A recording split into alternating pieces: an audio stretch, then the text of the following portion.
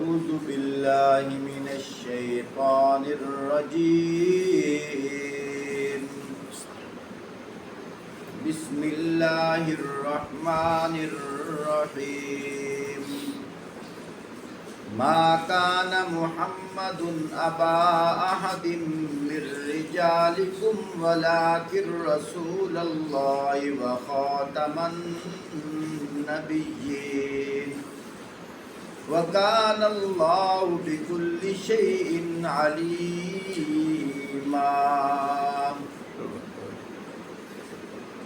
فرمایا محمد صلی اللہ علیہ وسلم تمہارے مردوں میں کسی کے باپ نہیں ہیں، لیکن وہ تو اللہ کے رسول ہیں اور تمام نبیوں کے بعد آنے والے ہیں۔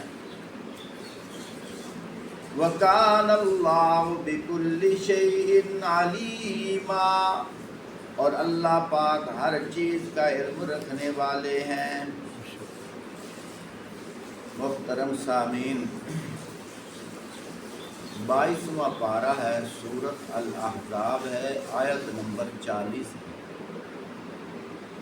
میں نے آپ حضرات کے سامنے یہ آیت تلاوت کی ہے۔ آج اس عنوان پر بولنے کی نوبت کیوں آئی ہے؟ کل فیصل آباد کے اندر ایک ملعونہ نے نبوت کا اعلان کیا ہے، سب کہو استغفر۔ اور اس نے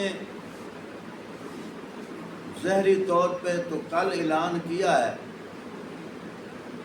کچھ عرصہ قبل اس نے اعلان کیا تھا اور خفیہ طور پر اس نے اپنی ایک جماعت بھی بنا لی ہے۔ سب سے پہلے تو میں ان لوگوں سے پوچھنا چاہتا ہوں جو لوگ علماء پہ ناراض رہتے ہیں کہ یہ یوٹیوب پر کیوں بات کرتے ہیں، ان کو ضرورت نہیں ٹیلی ویژن پہ آنے کی۔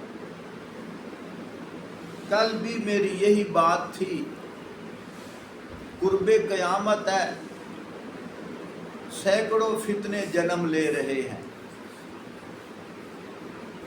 اور عوام تو مساجد میں آتی نہیں،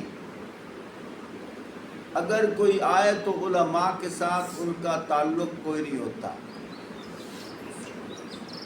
حالانکہ قرآن پاک کا ترجمہ سمجھنے کے لیے ہمیں ہر طرح کی قربانی دینی چاہیے، کیونکہ اس قرآن کے ذریعے سے ہمیں آخرت ملنی ہے، آخرت اچھی ہونی ہے۔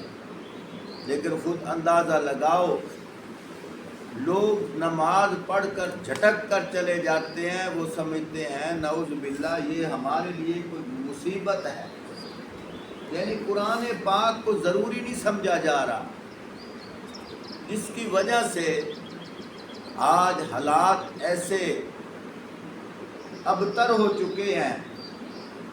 اگلے دن میں دیکھ رہا تھا کہ ایک عورت کم و بیش 30-40 نوجوانوں کو نماز پڑھا رہی ہے۔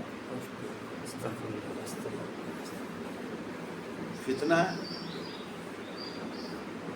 تو کم و بیش 100-150 نام کے مسلمان اور نام کا اللہ کا ذکر اور مسجد میں ڈانس کر رہے ہیں، یہ بھی فتنہ ہے۔ کرنٹ لگانے کے بہانے مسجد میں ڈانس ہو رہا ہے، ان کا تعاقب کون کرے گا؟ میری مسجد کا نمازی تو میرے خلاف ہو جاتا ہے کہ اس کو کیا ضرورت ہے یوٹیوب پر آنے کی، پھر کون ادھر جائے گا؟ کل بھی میری یہی بات تھی، کیا پتیسا بیچنے والا مقابلہ کرے گا؟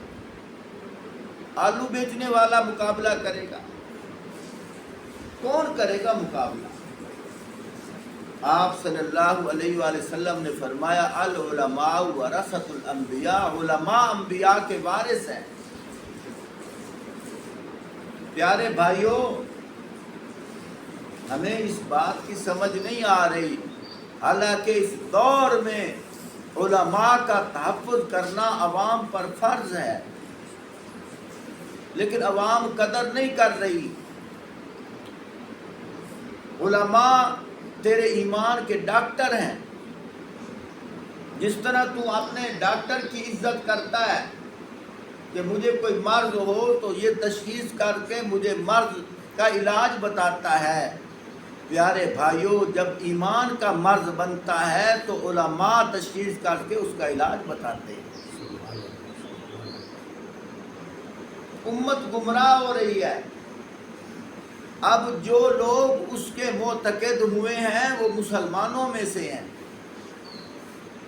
فرق صرف اتنا ہے کہ ان کا تعلق علماء سے منقطع تھا، نہیں تو جب بھی کوئی فتنہ جنم لیتا ہے اسی وقت جن کا تعلق علماء سے ہوتا ہے وہ فوراً اس مرض کا علاج بتاتے ہیں۔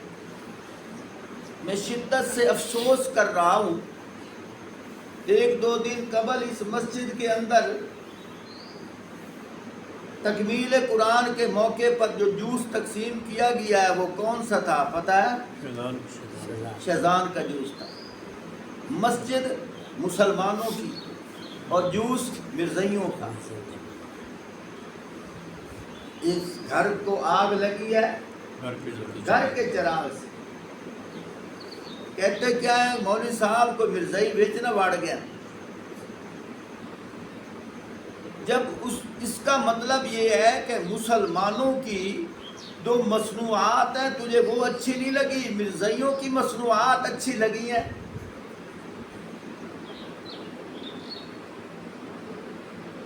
یاد رکھ جب تک علماء رہیں گے تیرے ایمان کا تحفظ کرتے رہیں گے، تیرے ایمان کے چوکیدار ہیں، تجھے پتہ کوئی نہیں۔ میں دو چار باتیں ادھر تمہارے سامنے عرض خدمت کر رہا ہوں۔ ایک جہلم کا علی مرزا ہے، اس نے صحابہ اکرام پر علل اعلان تبرہ کرنا شروع کر دیا ہے۔ حضرت امیر معاویہ رضی اللہ تعالیٰ عنہ کے بارے میں اتنے برے الفاظ کہتا ہے، اب بتاؤ اس کا علاج کون کرے گا؟ ریاست کے اندر ریاست بنانا ہم بھی نہیں چاہتے، لیکن علمی دلائل کے لحاظ سے میدان میں آنا ہم ضرور چاہتے ہیں۔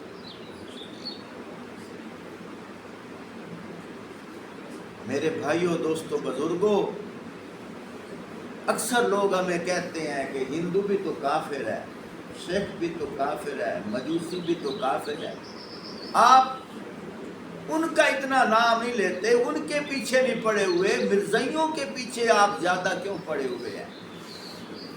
اصل یہ بات نہیں ہے، بات یہ ہے، میں اکثر جلسوں پہ میں کہہ چکا ہوں، آج پھر کہہ رہا ہوں، ایک چائے کا کھوکھا ہے، چائے کا، وہ چائے والا اپنے کھوکھے کے سامنے کسی کو چائے پکانے کی دکان بنانے نہیں دے گا، برداشت نہیں کرے گا۔ وہ کہے گا اگر تو نے چائے پکانی ہے تو اپنا کوئی اڈا بنا، میرے اڈے پہ تو چائے پکا، برداشت کرے گا؟ کریانہ سٹور والا اپنے سامنے کسی کریانے سٹور کو برداشت کرتا ہے؟ کشمیر کمپنی والے جنہوں نے گھی ایجاد کیا ہے، ایک نام ہے، اگر کشمیر کے خالی شاپر لے کر اس کے اندر کوئی آدمی اپنی طرف سے گھی بنا کر اس کے اندر ڈال کے سیل لگا کر نام بنائے کہ یہ کشمیر گھی ہے، کیا کشمیر والے برداشت کریں گے؟ کشمیر کمپنی والے برداشت کریں گے؟ نہیں کریں گے۔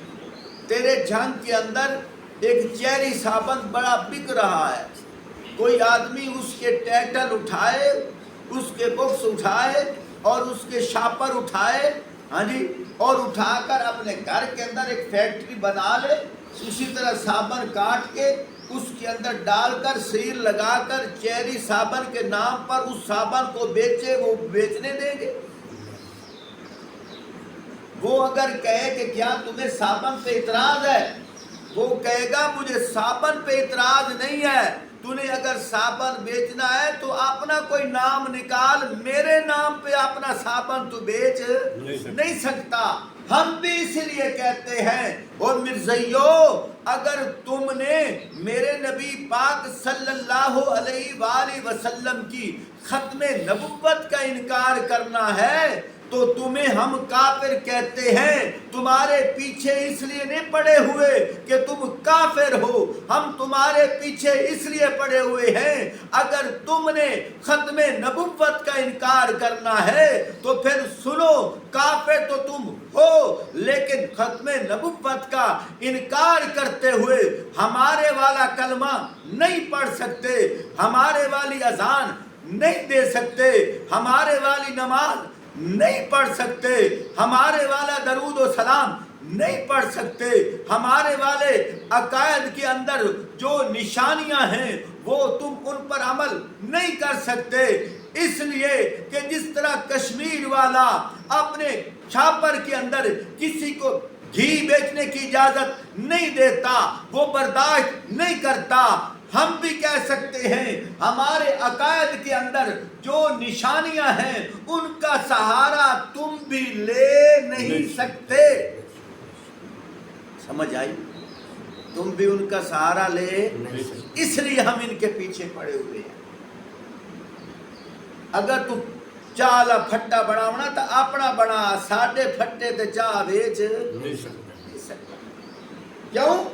ہم کلمہ پڑھتے ہیں، کلمہ پڑھنے کے بعد ہمارا عقیدہ ہے آپ صلی اللہ علیہ وآلہ وسلم کے بعد کوئی نبی نہیں ہے، لیکن وہ شخص کلمہ یہی پڑھتا ہے لیکن اس کلمے کے اندر اس کا عقیدہ ہے کہ آپ صلی اللہ علیہ وسلم کے بعد نعوذ باللہ مرزا غلام احمد نبی ہے۔ ہم اذان دیتے ہیں، اذان دے کر اشہد ان محمد رسول اللہ کہتے ہیں، ہمارا عقیدہ ہے کہ آپ صلی اللہ علیہ وسلم اللہ کے آخری رسول ہیں، آپ صلی اللہ علیہ وسلم کے بعد اللہ کا کوئی رسول نہیں ہے، لیکن مرزا غلام احمد قادیانی کے جو بیلچے دار ہیں، ان کے جو چاہنے والے ہیں، وہ لانتی اذان یہی دیتے ہیں لیکن اس کے اندر وہ معنی مراد یہ نہیں لیتے، مرزا غلام احمد قادیانی کا معنی مراد لیتے ہیں، اس لیے ہم ان کے پیچھے پڑے ہوئے ہیں۔ اب خود اندازہ لگاؤ تو ہم مسلمان کتنے غافل ہیں۔ اور میرے بھائیوں علماء کی قدر کرو، قدر کرو علماء کی، کہیں ایسا وقت نہ آئے کہ ہمیں بھی اٹھا لیا جائے۔ ہم تو شہادت کے مشتاق ہیں، ہم تو ہر وقت حضور صلی اللہ علیہ وسلم کی محبت میں سرشار ہیں، مٹے ہوئے ہیں، تمہیں اچھے لگے نہ لگے اور اپنے ایمان کو بچاؤ۔ ہم یہ نہیں کہتے کہ ہماری قدر کرو، ہماری عزت کرو، ارے اللہ کے بندو اس لیے قدر کرو کہ یہ ہمارے ایمان کے چوکیدار ہیں۔ اصل حقیقت تمہیں بتائی جاتی ہے۔ ضمناً بات آ گئی، پھر میں ادھر دو چار حوالے دوں گا قرآن پاک سے۔ آج آپ کے پاس 10 منٹ ہوں گے بات سننے کے۔ میرے بھائیوں، غالباً 25 دسمبر ایک دن آتا ہے، اس کو کہتے ہیں کرسمس۔ کیا کہتے ہیں؟ کرسمس۔ 1 منٹ کے لیے سوچو، وہ عیسائی اس دن کو مناتے ہیں، ہمارے مسلمان بھی شریک ہوتے ہیں۔ کس لیے؟ وہ کہتے ہیں کہ ہم بھی عیسیٰ کو مانتے ہیں، اس میں کوئی شک نہیں، ہم مسلمان بھی حضرت عیسیٰ ابن مریم کو مانتے ہیں، لیکن اس کرسمس کی دعوت میں جانا حرام ہے۔ تم کہو گے وہ کیسے؟ وہ ایسے کہ حضرت عیسیٰ ابن مریم ہمارے عقیدے میں وہ ہیں جو زندہ آسمانوں پہ اٹھائے گئے ہیں، قرب قیامت دوبارہ آئیں گے، کم و بیش 40 سال کا عرصہ گزاریں گے، شادی بھی کریں گے، پھر ان کا انتقال ہوگا، پھر آپ صلی اللہ علیہ وسلم کے قدموں کے برابر ان کو دفنایا جائے گا. اور اس دنیا کے اندر بغیر باپ کے پیدا ہوئے, بغیر باپ کے پیدا ہوئے, ہمارا یہ عقیدہ ہے. لیکن عیسائی وہ کرسمس کا جو دن مناتے ہیں وہ اس عقیدے پہ نہیں مناتے. وہ اس عقیدے پہ مناتے ہیں کہ آج حضرت عیسیٰ ابن مریم پیدا نہیں ہوا, نعوذ باللہ آج ہمارا خدا پیدا ہوا ہے. اب بتاؤ, ان کا عقیدہ ہے کہ اللہ دنیا میں تین ہیں, خدا دنیا کے اندر تین ہیں. ایک نعوذ باللہ اللہ کی ذات ہے, اور عیسیٰ ابن مریم جو بی بی مریم ہے وہ نعوذ باللہ خدا کی بیوی ہے, اور حضرت عیسیٰ خدا کا بیٹا ہے. اور آج 25 دسمبر کے دن آج اللہ پاک نعوذ باللہ صاحب اولاد ہوا ہے. اور میرا مسلمان بھائی اب تو بتا, ہم اس عیسیٰ کو مانتے ہیں جو بغیر باپ کے دنیا میں آیا, لیکن وہ نامراد اس عیسیٰ کو مانتا ہے جس کا باپ نعوذ باللہ اللہ ہے, جس کی اماں نعوذ باللہ اللہ کی بیوی عیسیٰ بی بی مریم ہے, اور حضرت عیسیٰ تیسرا خدا ہے. اب بتاؤ تمہیں جانا چاہیے کہ نہیں جانا چاہیے؟ اب سمجھ آئی بات؟ اس وجہ سے ہم مخالفت کرتے ہیں. قوم سمجھتی نہیں, قوم غور بھی نہیں کرتی. 2-4 حوالے دیتا جاؤں. میں نے آپ حضرات کے سامنے اللہ کا قرآن پڑھا ہے. اللہ پاک اس آیت کے اندر 3 باتیں ارشاد فرما رہے ہیں. شان نزول سن. اللہ پاک کیا فرماتے ہیں, اور میں یہ بھی تمہیں بتا دوں, الحمدللہ عوام مانے یا نہ مانے, مقامی سطح پہ کوئی بات سنے نہ سنے, ہم ان کے لیے نہیں سنا رہے. الحمدللہ اب یوٹیوب پر سینکڑوں لوگ بات سن رہے ہیں اور ان کی عقائد بن رہے ہیں, میری حوصلہ افزائی کرتے ہیں, مجھے دعائیں دیتے ہیں. قاری صاحب آپ بھی ان علماء اہل حق کی صف میں شامل ہیں کہ سوئی امت کو بیدار ہو کیا جا رہا ہے. میں نہیں کہتا میری قدر کرو, لیکن تمہیں پتہ چلے گا جانے کے بعد, پھر تمہیں پتہ چلے گا. میں نے آپ حضرات کے سامنے اللہ کا قرآن پڑھا ہے, 3 معنی کرنے لگا ہوں. پہلا کیا کہ ما کان محمد ابا احد من رجالکم, نہیں ہے محمد صلی اللہ علیہ وسلم تمہارے مردوں میں کسی کے باپ. اب اگلا معنی سنو, ولیکن رسول اللہ, وہ تو اللہ کے رسول ہیں. اگلا معنی سنو, وخاتم النبیین, اور وہ نبیوں کے بعد آخری نبی بن کے آنے والے ہیں. وہ نبیوں کے بعد آخری نبی بن کے آنے والے ہیں. توجہ کیجئے, اب اس آیت کی روشنی میں تجھے 2-4 موتی دیتا چلوں, تیرے عقیدے کو پانی لگاتا جاؤں, تیرا عقیدہ مضبوط ہو جائے گا. اس سے پہلے تو اس کا شان نزول سن. یہ آیت پہلے لوح محفوظ پر تھی. واقعہ کیا پیش آیا جس کو شان ورود کہا جاتا ہے, جس کو شان نزول کہا جاتا ہے. آپ صلی اللہ علیہ وآلہ وسلم کے پاس ایک چھوٹا سا بچہ آیا جس کا نام زید بن حارثہ, سب کہو رضی اللہ تعالیٰ عنہ. کسی نے پکڑ کے غلام بنا کر بیچ دیا تھا, وہ بکتا بکاتا غلام بن کے آ گیا. آپ صلی اللہ علیہ وآلہ وسلم نے فرمایا, اے زید یہاں تیرا ابو نہیں ہے, چلو میں تیرا ابو بن جاتا ہوں. میں تیرا ابو بن جاتا ہوں. یہ حقیقی بیٹا نہیں ہے، منہ بولا بیٹا ہے. یہ لڑکا جوان ہوا. جب یہ لڑکا جوان ہوا، آپ صلی اللہ علیہ وآلہ وسلم نے اپنی پھپھو ذات لڑکی جس کا نام جناب زینب ہے، سب کہو رضی اللہ تعالی عنہا، آپ نے ان کے ساتھ حضرت زید کا نکاح کرا دیا. جب نکاح کرایا کچھ دنوں کے بعد نباہ نہ ہو سکا. حضرت زید بن حارثہ رضی اللہ تعالی عنہ نے آپ صلی اللہ علیہ وسلم سے شکایت کی، یا رسول اللہ مجھ سے اب رہا نہیں جا رہا، میرا نباہ نہیں ہو رہا، اگر آپ ناراض نہ ہوں میں طلاق دینا چاہتا ہوں. آپ صلی اللہ علیہ وسلم نے فرمایا زید جیسے تیری مرضی. حضرت زید رضی اللہ تعالیٰ عنہ نے آپ صلی اللہ علیہ وآلہ وسلم کی پھپھو کی بیٹی جن کا نام جناب زینب ہے طلاق دے دی. کچھ دنوں کے بعد عدت گزارنے کے بعد اللہ نے وحی بھیجی، فرمایا میرے محبوب وہ جو زینب لڑکی ہے آپ اس کو اپنے عقد میں لے لیں.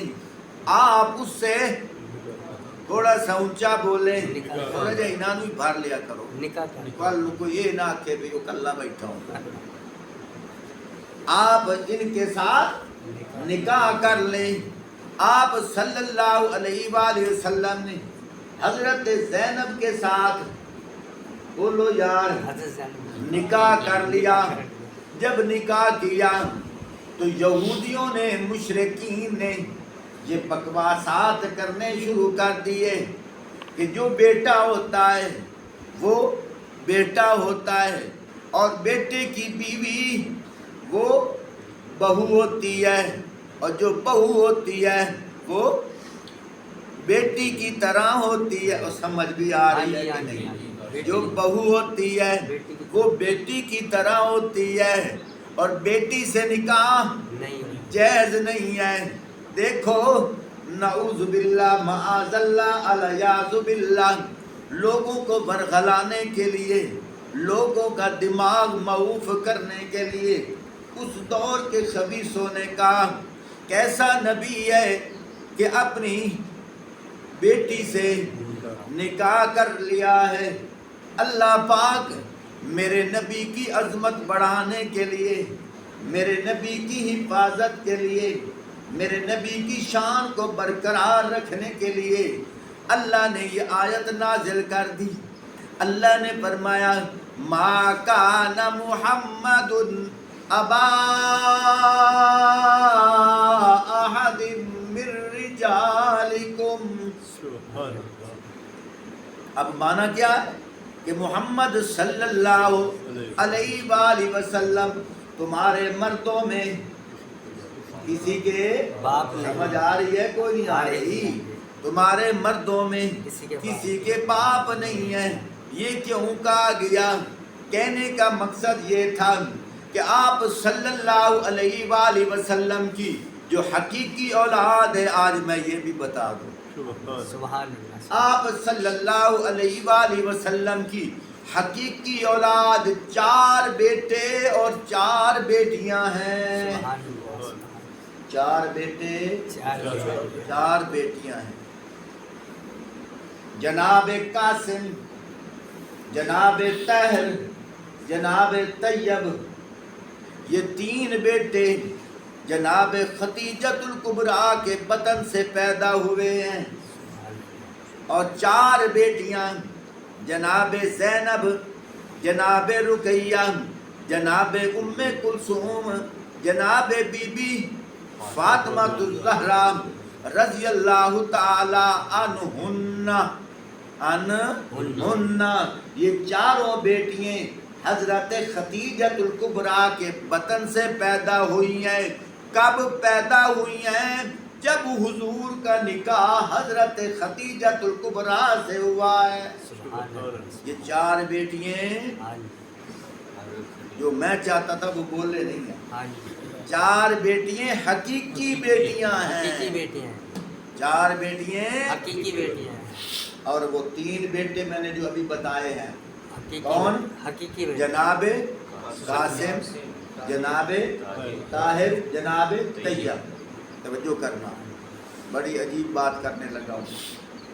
یہ 3 بیٹے بچپن میں فوت ہو چکے تھے، اور آپ صلی اللہ علیہ وسلم کا چوتھا بیٹا جس کا نام ہے ابراہیم، وہ ابھی پیدا ہی نہیں ہوا تھا. وہ ابھی پیدا ہی نہیں ہوا تھا. آپ صلی اللہ علیہ وآلہ وسلم کی 11 بیوی ہیں. کتنی؟ 11. ان میں ایک بیوی کا نام ہے جناب ماریہ قبطیہ رضی اللہ تعالی عنہ. یہ حضرت ابراہیم ان کے بطن سے پیدا ہوئے ہیں. لیکن کب پیدا ہوئے ہیں؟ بعد میں. یہ جو واقعہ پیش آیا ہے اس کے بعد میں پیدا ہوئے، اس سے پہلے نہیں. اب اللہ نے کس طریقے سے اپنا بیان فرمایا کہ ما کان محمد ابا احد من رجالکم. یوں نہیں کہا کہ میرے محبوب کی اولاد کوئی نہیں ہے. اولاد تو تھی لیکن وہ بچپن میں. لیکن حضرت زید کون تھے؟ جوان تھے. اس وقت کیا تھے؟ جوان تھے. اس لیے اللہ پاک فرما رہے ہیں کہ ما کان محمد ابا احد من رجالکم. فرمایا محمد صلی اللہ علیہ وآلہ وسلم تمہارے مردوں میں کسی کے باپ نہیں ہے. یعنی کہ حضرت زید جو مرد ہے یہ حقیقی بیٹا نہیں ہے. حقیقی بیٹا ہوتا تو اللہ نفی نہ کرتے. بے شک. اور سمجھ آئی کہ نہیں ہے؟ آئی. تو اگر حقیقی بیٹا ہوتا تب اس کی بیوی جو تھی وہ حضور کی بیٹی تھی. بیٹی کے مانند ہوتی، بہو جو تھی. جب حقیقی بیٹا زید تھا نہیں تو بہو کیسے بنی؟ اور سمجھ آئی کہ نہیں؟ بہو کیسے بنی؟ اس لیے اللہ پاک نے فرمایا ما کان محمد ابا احد من رجالکم. اب سمجھ آئی بات کی؟ 2 حصے رہ گئے ہیں. ولکن رسول اللہ، محمد صلی اللہ علیہ وآلہ وسلم تو اللہ کے رسول ہیں. یہ کس لیے فرمایا؟ یہ اس لیے فرمایا، ایک بات بڑی قابل غور ہے. کم و بیش 1.25 لاکھ انبیاء دنیا میں آئے. 1.25 لاکھ انبیاء دنیا میں آئے. انبیاء سارے ہیں. نبی کی جمع انبیاء. نبی سارے ہیں، حضور بھی نبی ہیں. لیکن ان کے اندر، انہی نبیوں کے اندر، انہی انبیاء کے اندر کچھ ایسے انبیاء ہیں جو تھے تو نبی، لیکن اللہ نے ان میں سے چناؤ کر کے ان کو 7 رسول بھی بنا دیا. جیسے ایک سادہ سی مثال ہے، گاڑی تیار کھڑی ہے، کم و بیش 70 آدمی گاڑی میں سوار ہیں، لیکن انہی 70 آدمیوں میں ایک ڈرائیور بن گیا. انہی 70 آدمیوں میں ایک ڈرائیور بن گیا. اب سفر سارے کر رہے ہیں کہ یہ صرف ڈرائیور کر رہا ہے؟ سب کر رہے ہیں. سمجھ آ رہی؟ سفر سب کر رہے ہیں، لیکن ان سواریوں میں ایک ڈرائیور بن گیا. مجھے بتانے دو، نبی سارے ہیں لیکن انہی نبیوں میں کچھ رسول بن گئے. سبحان اللہ. سبحان اللہ. سمجھ آئی؟ نبی سارے ہیں، انہی نبیوں میں کچھ رسول بن گئے. جیسے میں نے سادہ مثال دی ہے، سواریاں سارے سفر سب کر رہے ہیں، انہی سواریوں میں سے ایک سواری ڈرائیور بن گیا. میرے بھائیوں نبی سارے ہیں، انہی نبیوں میں کچھ رسول بن گئے ہیں. وہ 313 نبی اور رسول میں فرق کیا ہے؟ فرق یہ ہے جو رسول ہوتا ہے وہ نبی بھی ہوتا ہے، جو رسول ہوتا ہے وہ نبی بھی ہوتا ہے، وہ نبی بھی ہوتا ہے. لیکن اللہ پاک اس کو شریعت دیتے ہیں، نئی شریعت دی. جیسے حضرت موسیٰ کو نئی شریعت دی، وہ شریعت کا نام کیا ہے؟ تورات کتاب. حضرت داؤد علیہ السلام کو نئی شریعت دی، اس شریعت کا نام کیا ہے؟ زبور. حضرت عیسیٰ علیہ السلام کو نئی شریعت دی، اس شریعت کا نام کیا ہے؟ انجیل۔ آپ صلی اللہ علیہ وسلم کو نئی شریعت دی، اس شریعت کا نام کیا ہے؟ قرآن مجید۔ حضرت ابراہیم علیہ السلام نبی بھی ہیں لیکن ان کو نئی شریعت دی، ان شریعت کا نام کیا ہے؟ صحف ابراہیم، ابراہیم کے صحیفے، صحف ابراہیم و موسیٰ نہیں آتا۔ اب سمجھ آئی کہ نبی سارے ہیں لیکن جن انبیاء کو اللہ پاک نئی شریعت دیں تو وہ نبی تو تھے، نئی شریعت کی وجہ سے وہ رسول بھی بن گئے۔ یہاں اللہ بتانا یہ چاہتے ہیں کہ ما کان محمد ابا احد من رجالکم، فرمایا کہ محمد صلی اللہ علیہ وآلہ وسلم تمہارے مردوں میں کسی کے باپ نہیں ہے، ولیکن رسول اللہ، وہ تو اللہ کے رسول ہیں۔ بتانے کا مقصد یہ ہے کہ جو نبی ہوتا ہے اس کے جو اعمال ہوتے ہیں وہ امت کے لیے ایک طریقہ ہوتا ہے، امت کے لیے ایک راستہ ہوتا ہے، امت کے لیے وہ اعمال سنت ہوتے ہیں۔ نبی کا ہر عمل وہ سنت نہیں ہوتا، وہ اعمال، کون سے اعمال، نبی کے کون سے افعال امت کے لیے ضروری ہیں اور کون سے افعال امت کے لیے ضروری نہیں ہیں۔ اس لیے فرمایا جو نبی کے اصحاب ہوتے ہیں، جو موقع کے گواہ ہوتے ہیں، وہ دیکھتے ہیں، انہیں بتایا جاتا ہے کہ یہ نبی کے ساتھ یہ عمل خاص ہے، یہ امت کے لیے ضروری نہیں، یہ عمل نبی کے لیے بھی ہے، امت کے لیے بھی ہے۔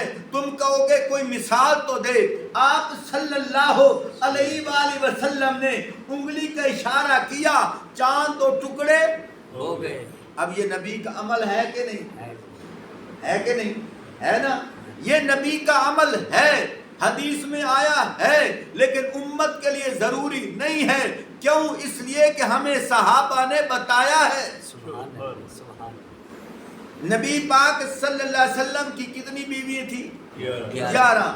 اور ہمارے لیے 11 نہیں، ہمارے لیے بیک وقت 11 نہیں ہے۔ سمجھ آ گئی؟ تو یہ دیکھو یہ خاصہ نبوت ہے، ہمیں کس نے بتایا؟ صحابہ نے بتایا ہے۔ بہت سارے واقعات ہیں، میں صرف آپ کا ذہن بنانے کے لیے مثال میں دے رہا تھا۔ تو یہاں نبی پاک صلی اللہ علیہ وآلہ وسلم کی ذات اقدس کے جو افعال ہیں وہ امت کے لیے مشعل راہ ہیں، مشعل راہ ہیں، امت کے لیے سنت عمل جو ہیں وہ صحابہ نے بتائے ہیں۔ اب اللہ فرما رہے ہیں ولیکن رسول اللہ، کہ محمد صلی اللہ علیہ وسلم اللہ کے رسول ہیں۔ اس سے کیا مراد ہے؟ فرمایا اس کے عمل سے، نبی کی نبوت والے عمل سے یہ امت کے لیے مسئلے بن رہے ہیں، امت کے لیے دین بن رہا ہے، امت کے لیے اصول بن رہے ہیں۔ اس لیے آپ صلی اللہ علیہ وآلہ وسلم نے بذات خود اس لڑکی سے نکاح نہیں کیا، چونکہ حضور کے نکاح کرنے سے امت کے لیے یہ اصول بننا تھا، حضور کے نکاح کرنے سے امت کے لیے ایک ضابطہ بننا تھا۔ اب آپ صلی اللہ علیہ وآلہ وسلم کو حکم ہوا آپ اس متعلقہ لڑکی سے جس کو طلاق ہوئی ہے اس سے نکاح کر لیجئے، کیونکہ آپ اللہ کے رسول ہیں، آپ کے عمل سے امت کو ایک طریقہ ملنا ہے، آپ کے عمل سے امت کو ایک راستہ ملنا ہے۔ میرے دوستو، اگر آپ صلی اللہ علیہ وآلہ وسلم طلاق شدہ لڑکی سے نکاح نہ کرتے، آج جن لڑکیوں کو طلاق ہو رہی ہے اس سے نکاح کوئی نہ کرتا، کیونکہ وہ کہتے دین کے اندر نہیں ہے۔ اگر دین کے اندر ہے کوئی حدیث دکھاؤ، دین کے اندر ہے کوئی مثال دکھاؤ۔ اللہ پاک نے یہ عمل حضور سے کروا کر ایک اصول بتانا تھا، ایک ضابطہ بنانا تھا، ایک قانون بنانا تھا، تاکہ امت کو پتہ چل جائے اگر کسی لڑکی کو خدا نہ خواستہ طلاق ہو جائے، پھر عدت گزارنے کے بعد امت کے لیے ضروری ہے کہ اس سے نکاح کرو۔ کیسے نکاح کرو؟ جس طرح حضور نے کیا ہے۔ سمجھ آ رہی ہے کہ نہیں؟ اس لیے فرمایا ولیکن رسول اللہ، وہ اللہ کے رسول ہیں۔ آپ صلی اللہ علیہ وآلہ وسلم نے جناب خدیجۃ الکبریٰ رضی اللہ تعالی عنہا سے نکاح کیا. یہ خدیجۃ الکبریٰ کون تھی پتہ ہے؟ بیوہ عورت تھی. بیوہ عورت اسے کہتے ہیں جس کا خامد فوت ہو جائے. بیوہ عورت تھی. آپ صلی اللہ علیہ وآلہ وسلم کے عمل سے ایک قانون بننا تھا, ایک ضابطہ بننا تھا.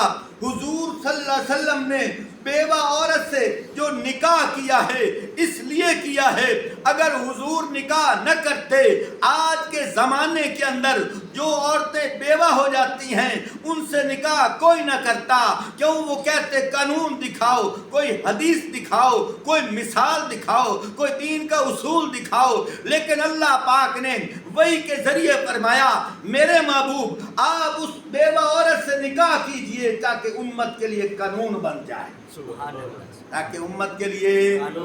ایک اور بات ہے, جب نکاح ہوا آپ صلی اللہ علیہ وسلم کی عمر مبارک کتنی تھی پتہ ہے؟ 25 سال. اور جس عورت سے نکاح ہوا وہ جو بیوہ عورت تھی اس کی عمر کتنی تھی؟ 40 سال. معلوم یہ ہوا, یہ بھی اصول بتایا جا رہا ہے اگر خامد کی عمر تھوڑی ہو بیوی کی عمر زیادہ ہو پھر بھی نکاح کر لو, یہ بھی سنت ہے جس طرح حضور نے کیا ہے. سمجھ آ گئی؟ آپ صلی اللہ علیہ وسلم نے بیوہ عورت سے نکاح کیا کس لیے؟ تاکہ ایک اصول بن جائے. آپ صلی اللہ علیہ وسلم نے طلاق شدہ لڑکی سے نکاح کیا. کیوں؟ اس لیے تاکہ امت کے اندر ایک اصول بن جائے. آپ صلی اللہ علیہ وآلہ وسلم نے ایک باکرہ لڑکی, باکرہ اسے کہتے ہیں جس کی پہلے شادی نکاح بھی نہ ہوا ہو, باکرہ لڑکی. وہ کون ہے؟ حضرت عائشہ الصدیقہ ہے رضی اللہ تعالی عنہا. آپ صلی اللہ علیہ وسلم کی عمر اس وقت کم و بیش 52 سال تھی. کتنی؟ 52 سال. اور حضرت عائشہ الصدیقہ رضی اللہ تعالی عنہا کی عمر جب نکاح ہوا تو 7 سال تھی. کتنے؟ 7 سال. اب بیوی کی عمر تھوڑی ہے, خامد کی عمر زیادہ ہے. ادھر کیا دیکھا؟ خامد کی عمر بھول گئے. حضرت خدیجۃ الکبریٰ سے جب شادی ہوئی تو خامد کی عمر 25 سال تھوڑی ہے, بیوی کی عمر زیادہ ہے. اور ادھر کیا ہے؟ خامد کی عمر زیادہ ہے, بیوی کی عمر تھوڑی ہے. یہ کیا ہے؟ ولیکن رسول اللہ, کیونکہ آپ اللہ کے رسول ہیں, آپ کے عمل سے ایک ضابطہ بننا ہے, قانون بننا ہے. کہیں کوئی ایسا نہ ہو کہ بیوی کی عمر زیادہ ہو یا بیوی کی عمر تھوڑی ہو, خامد کی عمر زیادہ ہو, کہ ایسا ہو ہی نہیں سکتا. کوئی قانون بھی نہیں ہے, اللہ نے عمل کروا کے قانون بتا دیا ہے. سمجھ آئی؟ اور پھر کبھی اس طرح بھی ہوتا ہے لوگ نکاح پہلے کرتے ہیں, چند سالوں کے بعد پھر رخصتی ہوتی ہے. حضور صلی اللہ علیہ وسلم نے 2 سال پہلے حضرت عائشہ الصدیقہ رضی اللہ تعالی عنہا سے نکاح کیا, 2 سال بعد رخصتی ہوئی ہے.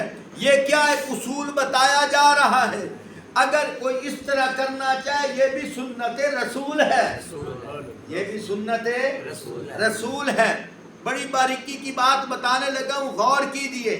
کچھ لوگ کہتے ہیں جو ظالم میرے نبی کے دشمن, وہ کہتے ہیں کہ 7 سال کی عمر کی جو بچی ہے, 9 سال کی عمر کی جو بچی ہے, ابھی بالغہ بھی نہیں ہوئی, جوان بھی نہیں ہوئی, پہلے شادی کیوں کی ہے؟ ارے بھائیو, علاقے کا اثر ہوتا ہے. تمہارے جھنگ کا علاقہ, یہاں کی مٹی, یہاں کی آب و ہوا اور ہے.